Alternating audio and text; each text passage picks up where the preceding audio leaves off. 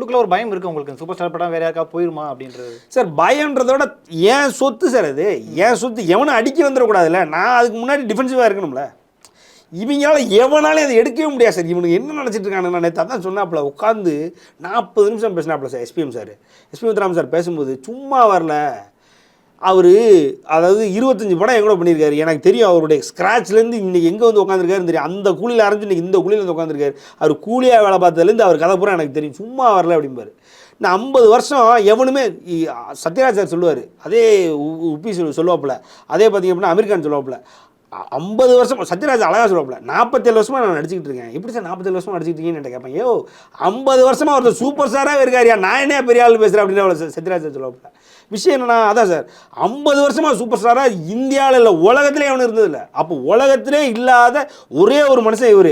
அவரோட படத்தை நீ பாட்டுக்கு எடுத்து போட்டுக்கிட்டு நீ போயிடுவ அப்படின்னா உன்னை பார்த்து உனக்கு அந்த தகுதியே இல்லையே, உனக்கு அந்த உனக்கு அதுக்கான ஒரு மினிமம் ஸ்டாச்சர் கூட இல்லை. அப்போ நான் உன்னை பார்த்து பயப்படணும் அவசியம். ஆனாலும் ஏன் இது பக்கத்தில் வந்துடாது, இது ஏன் இது அப்படின்னு நான் டிஃபென்சிவாக இருக்கணும்ல. என் கோட்டையை கட்டி அந்த தலைவன் உள்ளே வச்சுருக்கணும்ல. நான்